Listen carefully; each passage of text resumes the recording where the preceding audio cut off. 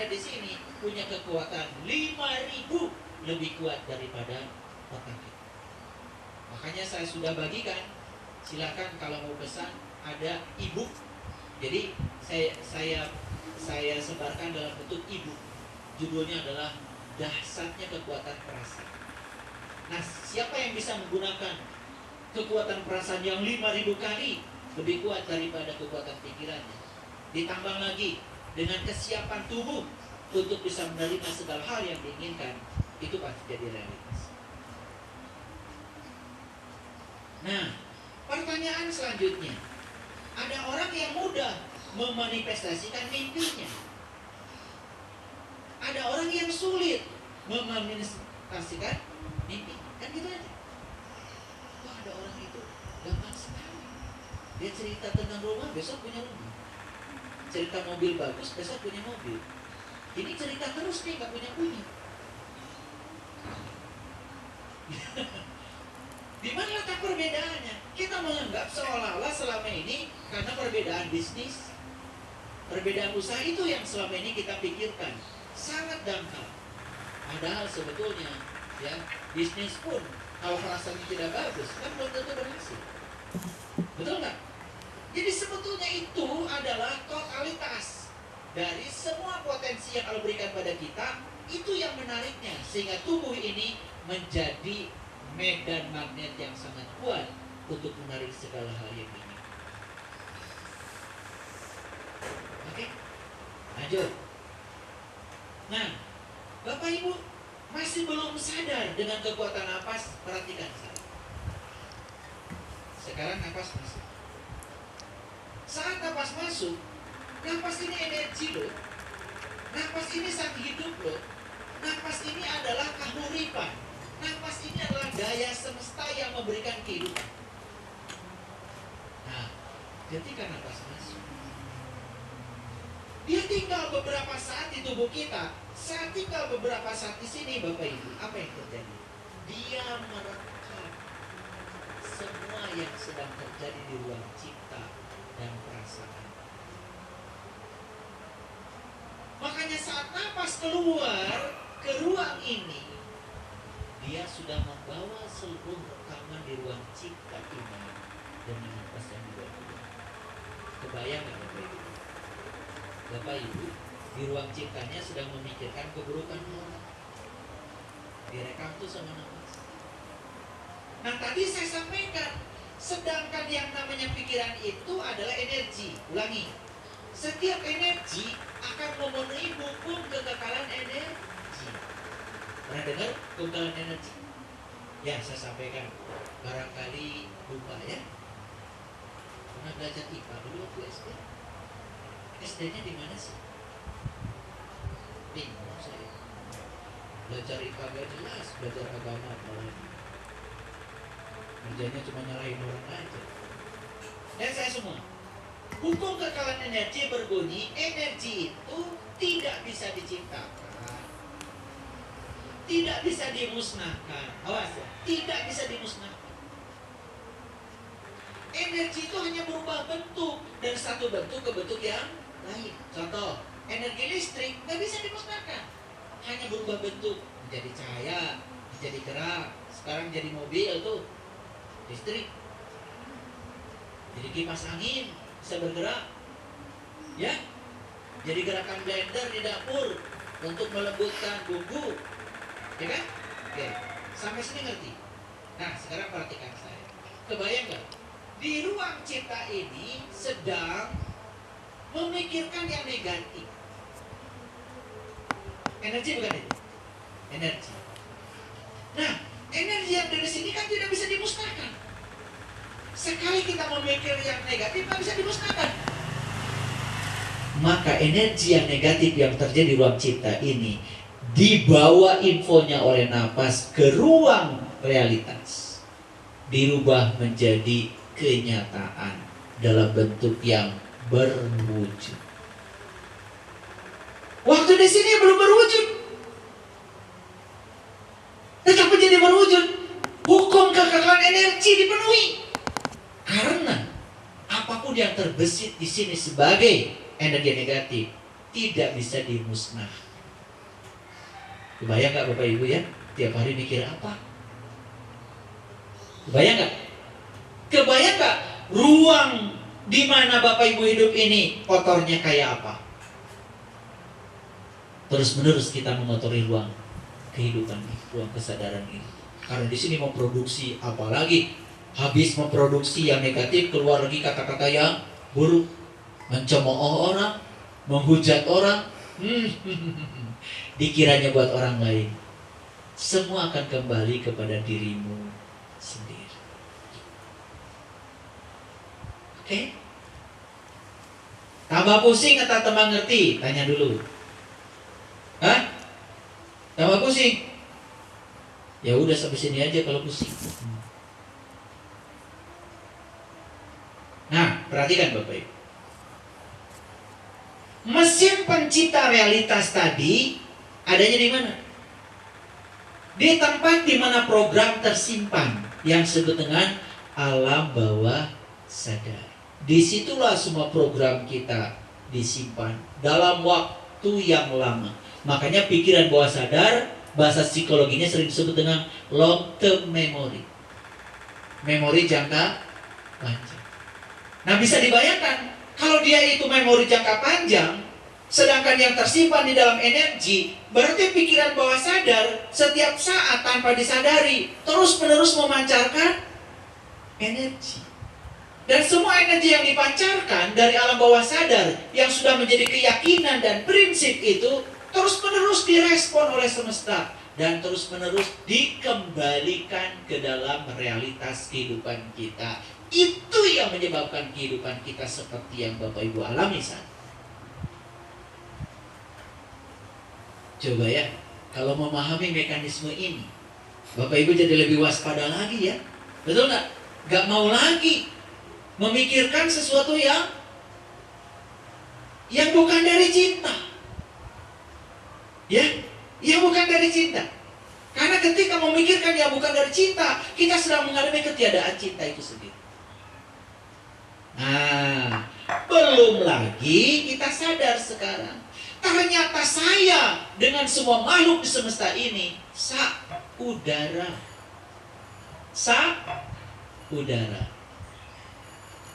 Ngerti? Cara saya bicara ngerti? Udara. Saudara, artinya kita ini terhubung oleh ruang kosong dengan orang lain. Lihat Bapak Ibu semuanya. Saya terhubung dengan Bapak Ibu sekarang. Lewat apa? Lewat ruang kosong. Di sini ada energi yang menghubungkan. Energi yang sangat lembut. Daya semesta yang menghubungkan Bapak Ibu dengan saya. Sekarang saya ingin kasih tahu. Apakah kita dengan penduduk Amerika sekarang terhubung? Apakah kita dengan semua makhluk yang ada di planet lain seandainya ada terhubung? Baik. Ternyata begitu kita memikirkan sesuatu di dalam diri kita, itu ternyata bukan sekedar ada di sini dan dibatasi oleh pikiran dan tubuh kita. Itu terhubung ke seluruh semesta, merambat tanpa batas energinya. Jadi kita mengatakan kata buruk di mulut kita. Mungkin kita mengira selama ini, cuman kita yang mengatakan itu. Tidak Bapak Ibu. Itu mengubah tatanan kehidupan semesta. Kata-kata buruk yang kita lontarkan itu telah mengubah semua kehidupan di semesta ini.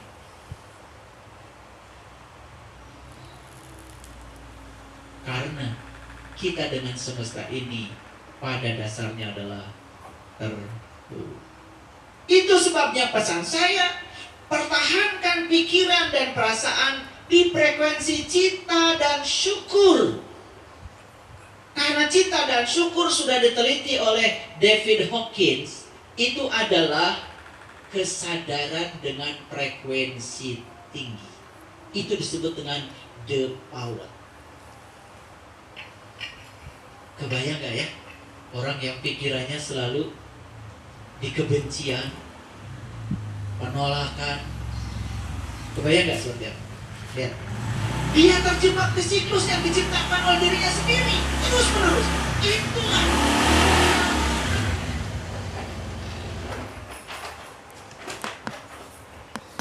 gak keluar dari jebakan itu. Karena dia yang telah menciptakan jebakan itu. Saya sudah kasih ilustrasi di kajian saya sebelumnya. Begitu kita memikirkan dan merasakan yang negatif, kita sudah membuat satu jeruji. 我是联合祷告的贝尼特代言人。工作需要面对风险，这个是避免不了的。老实说，我们做新闻不是立场决定的，我们是根据事实，还有我们能够掌握的线索的合理性来报道的。我最重要的就是带着在地的观察、体会，还有在地的关怀。数码化的这整个经验，因为我们发现到说，我们说故事的方法其实多了很多。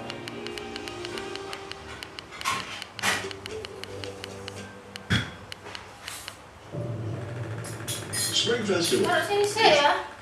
Sekarang. Quay. Nek jarak belakang buat tikus.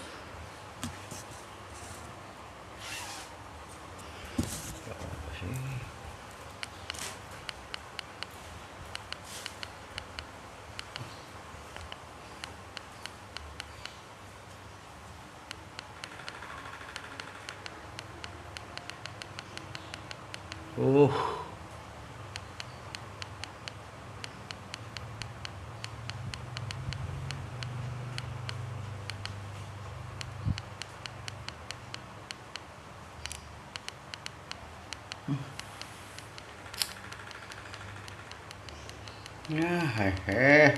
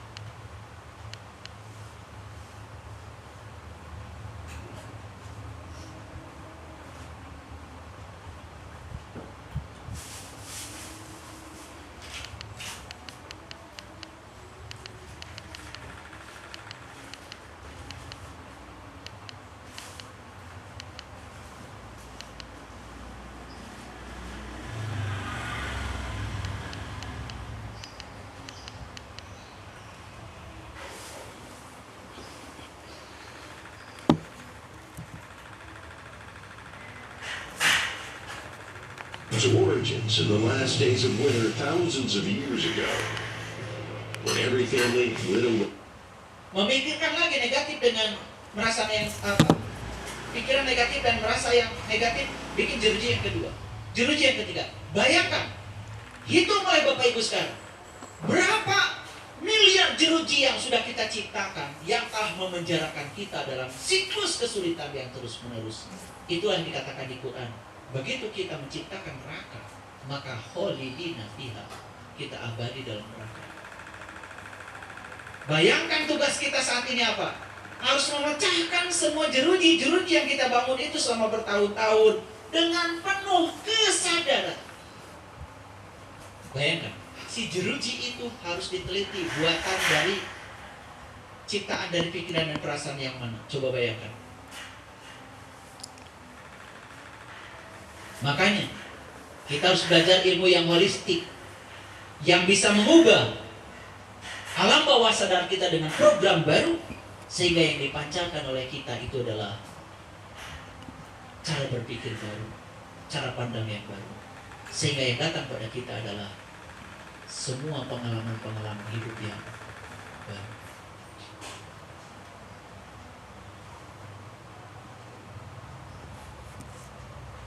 Pertahankan supaya pikiran dan perasaan tidak memancarkan frekuensi kekurangan, tetapi frekuensi keberlimpahan, frekuensi kebercukupan. Contoh sederhana Bapak Ibu.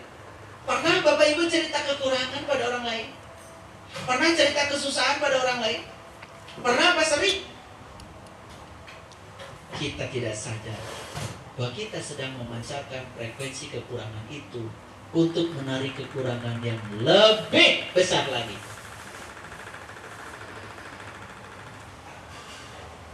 Kan yang terjadi begitu. Kita berada di siklus yang sama. Makan sih, Pak.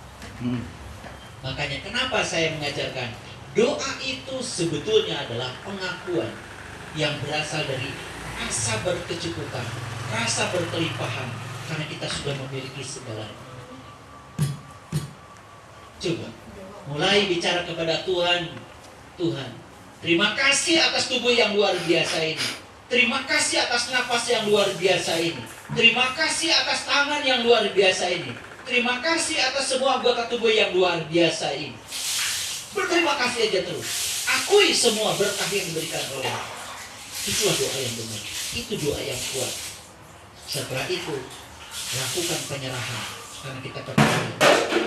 Karena rencananya jauh lebih besar dari rencana kita.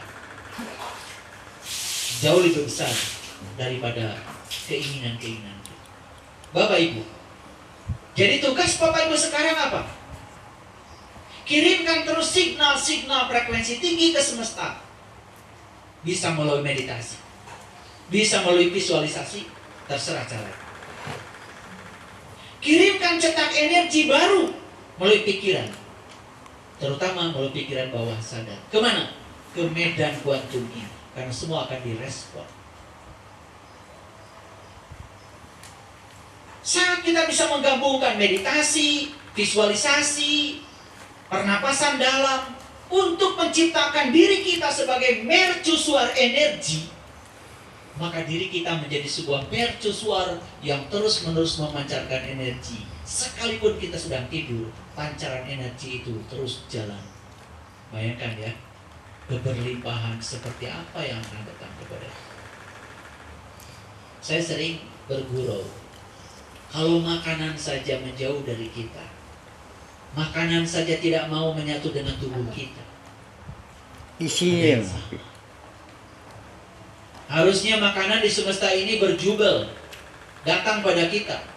Ikan ingin menyatu dengan tubuh kita, beras ingin menyatu dengan tubuh kita, jagung ingin menyatu dengan tubuh kita. Dia ingin tinggal di tubuh ini. Kenapa?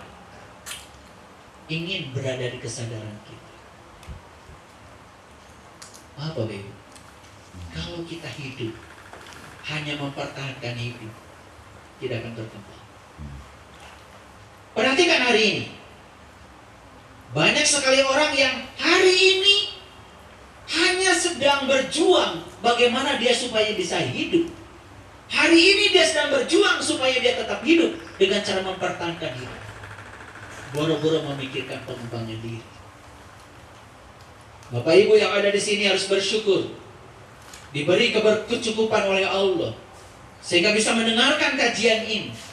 Bayangkan sekarang yang sedang bekerja, sedang nembok, sedang ngaduk, sedang itu, sedang mencari 150.000 sehari yang akan habis hari itu juga, dan besok harus bekerja lagi. Mungkin tidak pernah berpikir harus ada di ruangan ini untuk mengembangkan diri. Bukan saya sedang jahat dan membandingkan, bukan. Tetapi ini adalah sesuatu yang harus kita lihat sebagai sebuah potret kehidupan. Bapak Ibu hari ini bisa mendengarkan kajian kesadaran seperti ini. Kemewahan yang luar biasa. Syukur. Nikmat. Jual celana, Pak. Sekarang silakan duduk yang tenang. Nanti tinggal tidur aja. Duduklah yang Ada enak. silakan semua yang Ben duduk Bapak nggak? ambil posisi duduk yang bagus. Merekam. Duduklah yang tenang. Silakan mau bersila. Kalau yang bersila merasa ada gangguan di tubuhnya, mau selonjor juga nggak apa-apa. Tapi yang paling penting jangan ada bagian dari tubuh kita yang ditahan. Semuanya harus dalam keadaan rileks. Baik, sekarang tegakkan badannya, tegakkan punggungnya, tegakkan pinggangnya.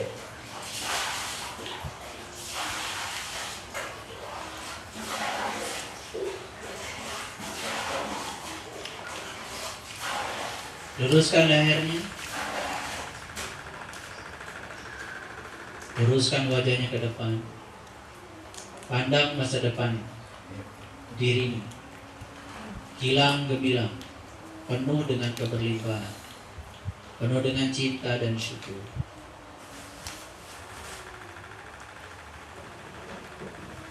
Pejamkan matanya, tutup mulutnya, Terus datang dan orang. sekarang fokuskan semua kesadaran pada nafas. Oh, oke Pak. Bentar. Fokuskan Bapaknya ikut semua juga kesadaran soalnya. pada Bentar, Ge. Bentar. Bentar. nafas. Apa? Bukan Pak. sekedar mengambil oksigen, bukan mempertukarkan oksigen dengan karbon dioksida. Nafas berarti kita sedang menyadari keterhubungan diri kita yang di dalam dengan semesta tanpa nafas. Sadari bahwa diri kita sesungguhnya adalah bagian dari semesta itu sendiri.